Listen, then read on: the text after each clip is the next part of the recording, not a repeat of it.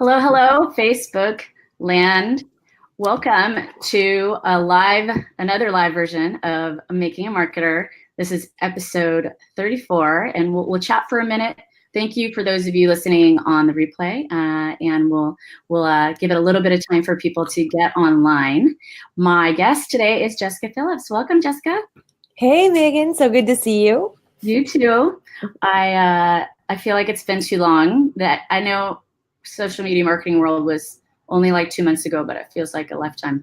I know. When you have all your favorite people around you and you get to see them in real life and hugs, in real life, and then all that energy, and then it's taken from you so quickly. Yeah. Like, oh. Yeah. And we before we came live, I was telling Jessica that I was just at the experiential marketing summit. If you saw the social ROI after chat video with Madeline Sklar, you heard me say that that's where I was this week, and really neat, dynamic group of people doing some really incredible stuff.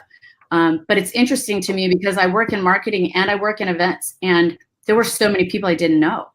Like it was, I did pre-show work for my client that I was there for World Stage, exhibiting with them, and all these people are like third connected to me, which, to me, that's far in LinkedIn land. So of course I got to meet a whole bunch of new people and had a great experience, and my client was super happy, and everything with that went really successfully. So here we are finishing off a week that I think, Jessica, is this like your fifth live this week? Yeah. I think you're right, actually. It is my fifth live this week. You're so popular. Oh, man. Does it count if it's your own? No, I'm just kidding. No, it's been great. It's been great. I love collaborating with others, especially others that can align with the same beliefs and, strive to accomplish the same things through, really helping their companies build better relationships using online marketing. And so it's an honor to collaborate and go live with people awesome like you. Oh, thanks. Yeah, I was going through your Facebook page, and I thought, because I was busy this week, I didn't see a lot. I was like, oh, 1, 2, nice. So thank you for fitting us in. This is lovely. So Jessica had been on episode 2 of Making a Marketer, so back in early days, and I think not a ton has changed with regard to relationship marketing, but I think a lot has changed with you, and so we're going to dig into that. I do want to introduce her, give her full bio and all that, but I just want to mention real quick that episode 34 is sponsored by Powers of Marketing. We provide strategic communication consulting for small to medium-sized businesses. If you are struggling with a startup or a C-level exec that could use some insight into how your team can communicate better with each other and with the world, then I am your gal. Okay, so Jessica Phillips, popular Jessica. Her mission is to help people love more, give more, and do more through relationship marketing. She lives in Lima, Ohio, and is the founder and president of Now Marketing Group, advocates of relationship marketing. But she is so much more. She's a fantastic speaker, which I got to witness at Social Media Marketing World. And after getting some coaching herself, she is now offering to coach others in the industry. So I want to talk about both of those things, in addition to the fact that you're hosting a social media conference coming up. So one thing that stuck out to me about the coaching that she said I wanted to share, she said, there's just something special about seeing that spark of light when someone realizes they're about to do something epic, something they were born to accomplish. So I think that's super inspiring. Oh, it is. I just love seeing that in people, though, when they that light bulb goes off, and they're like, yes. And how did I not see this, because they're so close to it, but then they go for it, and magic happens. Yeah, for sure. And we'll dig into that a little bit. And I do want to mention too, that she's the host of Social Media Week Lima, one of the Midwest's largest social media conferences, happening June 18 to 19. So there's still time to register, and she'll tell us at the end how you can do that. And there's an incredible speaker lineup of marketers. This will surely be a craveable experience. I love that word. that you guys are using for that. Thank you. So, all right. So relationship marketing, let's talk about that first.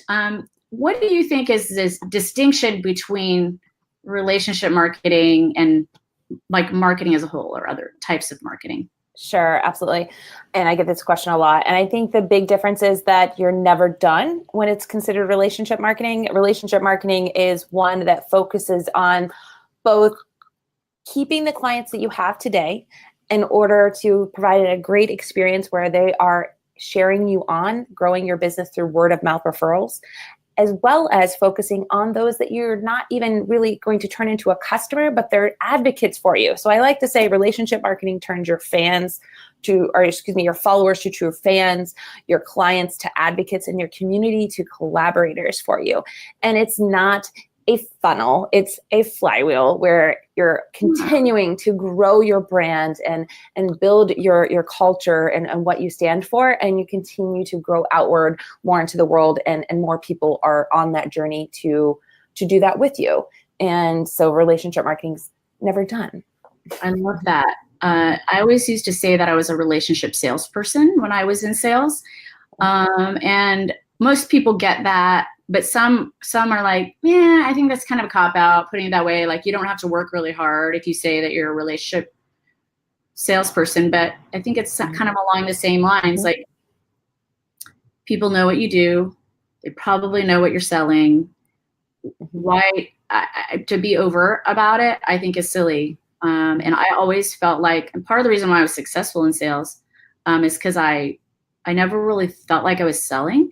I just felt like I was helping people, and that's like truly how I approached it. And I think that's the most successful salespeople are probably more along those lines. Oh, you are absolutely right. And I love the quote, the best marketing doesn't feel like marketing, because it's not. It's, relationship building, community building. And the same thing is true with sales. And sales and marketing, the line is not so much divided anymore. There's tons of overlap, and that truly is what it is. It's not selling, it's serving, right? And offering solutions. And when you can find that shift, that pivot, then that's where the magic happens. That's where you're just simply offering the right solutions to the right people and with the right experience, and they're referring you on. Right. For sure. Well, and that's the way that I knew how farly connected I was from these people before I got to the conference, was because the attendees were in the app, which was nice. So we could, we could see who was coming. And I reached out to some people just to genuinely, actually, this conference they did a really cool job. A lot of different things that were women only, women in events, wine and learn mixer, boot camp, and then a supper. Like this dinner that was off-site, and it was, then you kind of saw the same people, right? And that made it easier for me also to reach out to people, because I truly, genuinely, I was like, I really think as an events person, I think it's pretty epic that there's so much focus on women in events, and so that soft touch, reaching out, was not just me trying to sell. That it was me genuinely like wanting to reach out to people. It was my first time too, and. So, sharing that with people and stuff. So yeah, people have this sense, like Maslow's hierarchy of needs, belonging, right? And so, of course, you're wanting to connect with others that do the same thing that you do and are similar in nature. And so that makes total sense that you are really genuinely wanting to connect and reach out, because tons of people do that all the time, just with the community they feel most comfortable with. So that's really cool. Yeah, that they were facilitating that. Yeah, and I accidentally reached out to a competitor, and I was like, "Oh, I didn't know they're a competitor," and and then I talked to somebody else, and they said, "I don't think they're a competitor," and so it's interesting, people's perspectives, right? But that was another thing. When I was selling, I didn't care if you didn't have anything to offer me. I didn't care if you were, a competing supplier, because you're human, and let's all be real, right? Like, let's just. Interacting with anyone in the industry is a good thing. And B, people always end up somewhere else. You never know. Yeah. You never know. And I really don't pay much attention to quote unquote competitors. I just think there's alternatives, right? I feel like nobody can do exactly what you do the way that you do it. They might have a similar service, even the insurance companies that sell the same exact insurance line, like Progressive or something like that, State Farm, right? People are still going to choose one company over another because of the person that's behind the desk or behind, the other end of the phone communicating with them. So I feel like there's so much business to go around for everyone that there's no need to even think of like a scarcity mindset, and really just connect with others, because you never know how that's going to lead into you maybe referring someone that's not a good fit for you to them, and that happening vice versa. 100%. So Alex Blackson said, first he said we're human, but also our jobs change constantly. And then he said it's the foundation of travelization. So I'm going to say right now that I normally, Be Live it's like not possible to comment back on Be Live. So I usually have Facebook up, but Facebook is just not liking me at all today. So I can't pull it up. It's been one of those tech kind of days. I had that earlier on a stream that I was on. So good. I'm gonna say right now that I apologize to Alex and anyone else. So I can't like type back at you. It's also hard to host and respond at the same time. We'll keep it verbal, but thanks, Alex. Appreciate you being on with us. Okay, so let's see. Take that down. Oh, there it is. Okay. Hi, Karen. It's like a double tap on that thing. Yeah.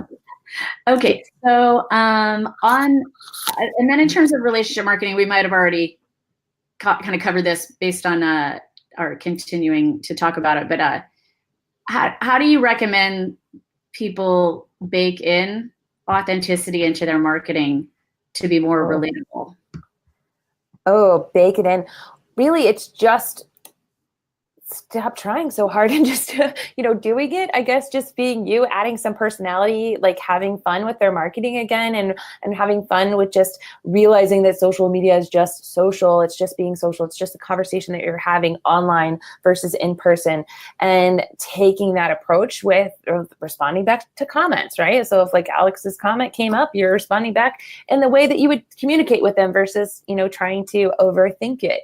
And everything that you're pushing out and everything that you're putting online is your branding, is your messaging, is your marketing. So just thinking about it as, okay, I'm a human communicating with another human, like Brian Kramer says, the H to H, and stop overthinking it. I do think that there does have to be some thought put into how you get started and how you can ramp it up even more so through using like stories or live video or ways that you can show up even more human and authentic. So thinking of ways that you can provide access to things that potentially your customers may not have access to right now. So maybe you were at that event that you were at last week, Megan, and you're showing around like, here's what I learned. Here's one of the speakers, here's one of the biggest takeaways. And you're providing that access that's showing you and how you're showing up to continue your education so you can show up more for your clients, but then also giving them access to something they would not have otherwise had access to. So I think thinking through that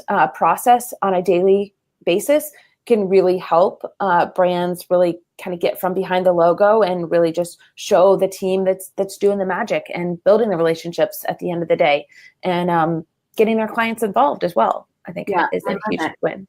Get from behind the logo. Mm-hmm. Trademark that. Awesome. Write it down right now. No, for real. Yeah. And, showing like real people and faces, I think is important. And obviously not just being a megaphone, not just broadcasting out, but also responding. I'm really amazed at how few brands are actually engaging. And even a step further from that, like the show that I do on Tuesdays, live show, it's called Magnet Marketers. And the whole goal is like really trying to get brands to stop thinking like you said, like a bullhorn, a megaphone, and think like a magnet. Like, what can we offer that's going to draw the right people into us because they want to be connected? Like, what is it that we're providing? What kind of feeling and experience are we offering in our offices, online, through our communication that makes people feel good and want to hang out with us some more? And how are we offering both that experience, but then also that value that people want to come to us versus us feeling the need to broadcast our message out? be a part of it. So thinking like a magnet versus a bullhorn is really the shift too. Yeah, I love that. Awesome.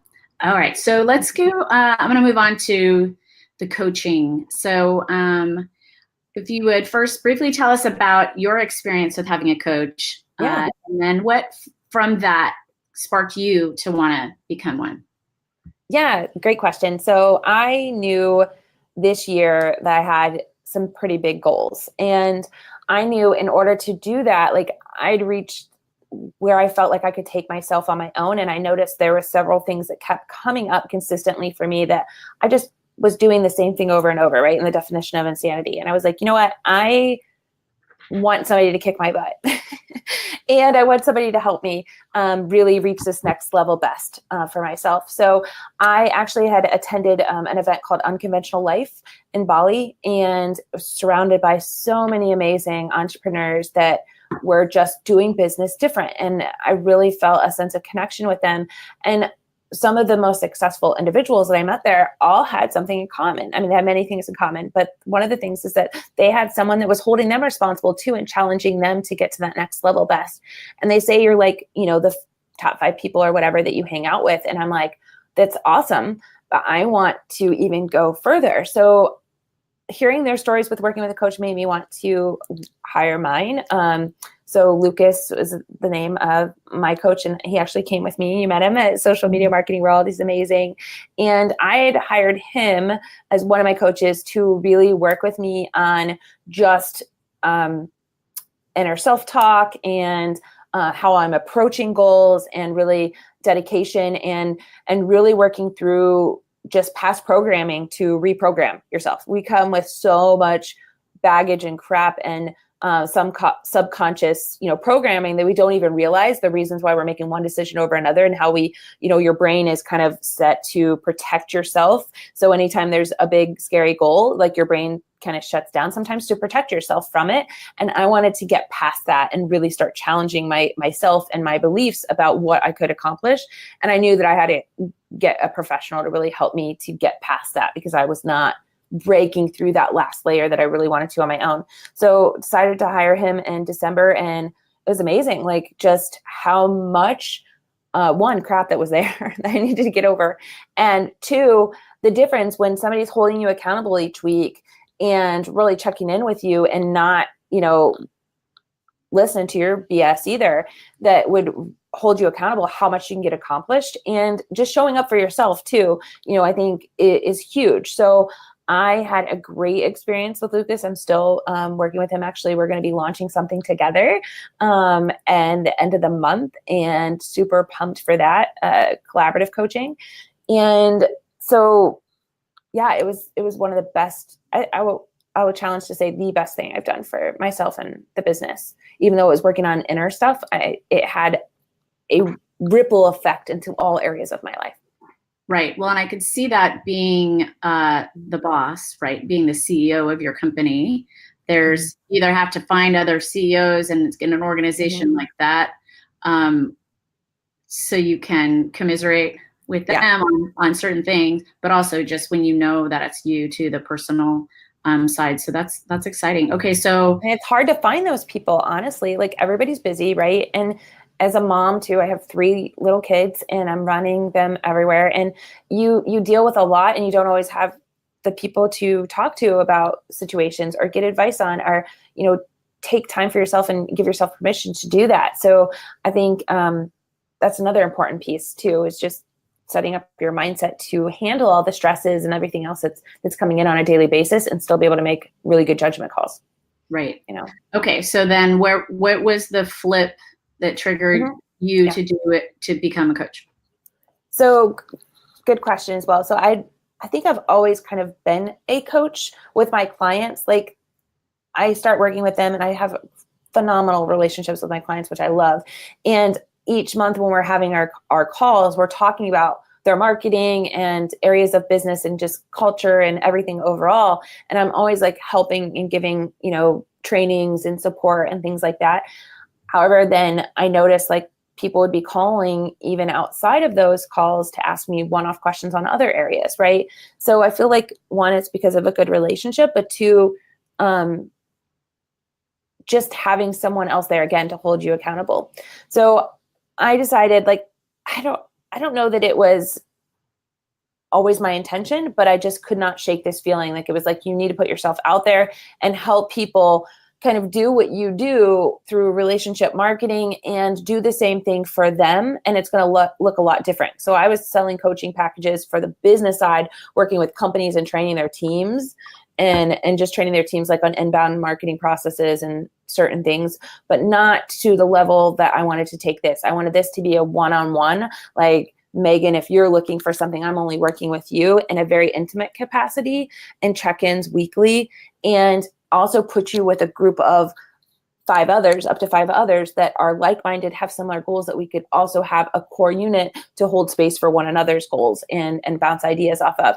So the decision was partially, one, to realize that just because some things come or feel more natural to me, that doesn't to others as it relates to relationship marketing. And then I'm passionate about it. That's the thing I get super jacked up about. And that I could really show up in a way that is serving over selling, in a way that is more intimate versus, hey, just hire me to do this thing. I can go through that process with you. So I literally just could not shake this feeling of wanting to open something and start a coaching program. So I literally was like, well, I'll put it out there. Worst case scenario, nobody replies and I can delete the post and pretend that never happened. And and I thought that was really going to happen, honestly. And I put the post out there and it was like 50 comments deep. And I had calls with everyone that had expressed interest and selected like a group of 5 people that I felt could really support each other. And we're in our first 30 days now, and it's been awesome. I love these people, and it's been really cool to see their growth already so far in just this short amount of time. And how in terms of your schedule, how has it affected your, like, is this now part of your now job, or is it like a separate thing that you're doing outside of? No, I put it as part of like the now job. I mean, so how it works is I have a weekly check-in for training, which is group training, and then a bi-weekly check-in, 45 minutes each of these, with the individuals that have purchased the training program. That's why I wanted to also keep it as an intimate group, because of time commitments. And I literally just selected out on the calendar, like, this is a non-negotiable time that I'm going to show up and do this for a 3-month period of time. And that way I had a course already outlined of what I wanted to cover, but then also when having our discovery call on seeing their goals, to make sure it aligned with where I could really help them business-wise, right? So it's been part of now, but then another piece of it, I offer like Voxers messaging. So they're able to reach out to me when something big happens, and I'm able to respond back that way. And we've taken kind of like this head, heart, hand approach. So starting with what we're thinking, how we're feeling, and then how to take action upon that. And yeah, it's been a great ride so far. I love that. That's awesome. Have you heard of Marco Polo? Yes. The video app? Yes. To me, it's kind of the same idea, but just with video as Vox. Yeah. Nobody wants to see my videos like when I'm at home and there's like kids running around and crazy. It's all I could do sometimes to get the audio in the evening. But yeah, I do like that. That's awesome. Okay, so you kind of touched on. Okay, I have 2 more questions on this. Sure. We're running short on time, but just real quick, how can a person identify that they can use a coach? Oh, I feel like everybody could use a coach, honestly. It's just a matter of who's going to hold you to that next level best of yourself and make, as I love Lucas saying, the difference that makes all the difference. What changes can you make to make all the difference? So I think one thing you have to ask yourself is, what are you wanting to accomplish, right? Like, so instead of being reactive to your life, like really thinking, where do I want to be? Like, I know that sounds cliche, but where do I want to be? And how can I reverse engineer that to get there? And if you feel like you've been striving for that thing and you're not making headway, or you just need somebody to hold you accountable, I think that's an opportunity for a coach. I think if you're not feeling like amazing and fully alive in everything that you're doing, that's another area to realize that you could use a coach, to retrain what you're telling yourself. There's some days where I was just working hard and enjoying it at work, but I didn't know like how to understand and feel happy about the success that, like, owning it, I should say, you know what I mean? Like how, like if you do something amazing and everybody tells you it's amazing, but you yourself aren't feeling that, like accepting that kind of, recognition and feeling good about it. So like things like that, getting rid of that negative self-talk. That areas like that, if you're not feeling great and if you're not moving toward that goal, those are two telltale signs that you could use a coach. Okay. So now a tough question, and I'm not asking you to give your pricing or anything, Sure. but I see that as a potential thing that might make people hesitate, right? Like, just assuming, I can't afford that. And of course, I know that where you help them get will pay for it. It'll pay for itself, right? So that's probably part of the answer. But what should the expectation be in terms of what something like this might cost? It literally just depends on who you're hiring and how much time they're dedicating to you, right? So not just the time like one-on-one, but how much of the space and the work that they're doing before they talk with you. So I've paid everything. So I currently still have 3 coaches right now that are working in different areas. Lucas is the one I work with most often. And I'm paying on the low end, $140 a month, to the very high end, $2,600 a month.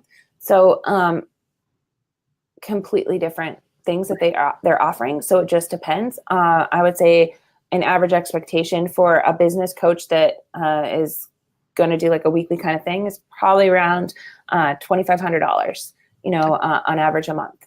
So it just depends. All right. That's good to know.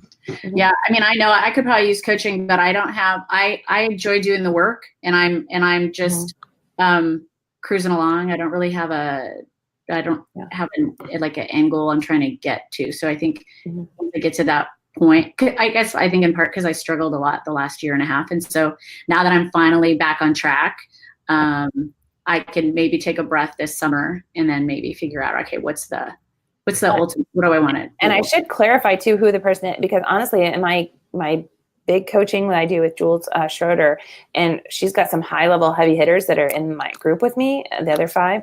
And those coaches in there, they charge like upwards of like $50,000 like a month. So I should clarify that that's not the average. I would say for the average small and medium sized business, it's working with a coach accessible that works with them would be right around that, probably the 2,500. But they definitely go upwards of there. That's good. Literally depends who you're working with. Right. Of course. Like anything else. Yeah. Right. But I was just trying to get an idea. Okay. So Social Media Week, Lima, not Lima, folks. It's Lima. In Ohio, not Peru. Yeah. Exactly. So as an events person myself, I just want to say kudos to have the courage to take on doing something like that. So tell us about it and what attendees can expect. How long have you been doing it, and that kind of stuff? Sure. So we're in our 4th year doing this as more than just a local small conference, 7 years total. And what to expect is a lot of fun, energy, and great ideas that you can start implementing in your business today.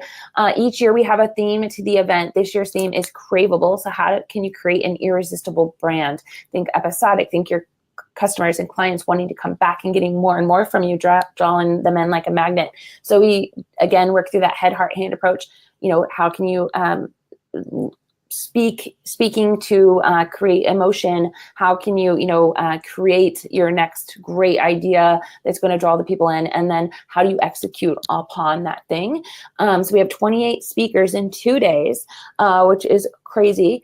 We're all part of the same experience together in one big room. There's about 350 attendees that are all digital marketers, small business owners, and solopreneurs that are really looking to stay ahead of the curve as it relates to social media and digital marketing. We have a jam-packed VIP night experience at a local place that has like axe throwing and arrow archery and a mechanical shark. And yeah, it's a lot of fun.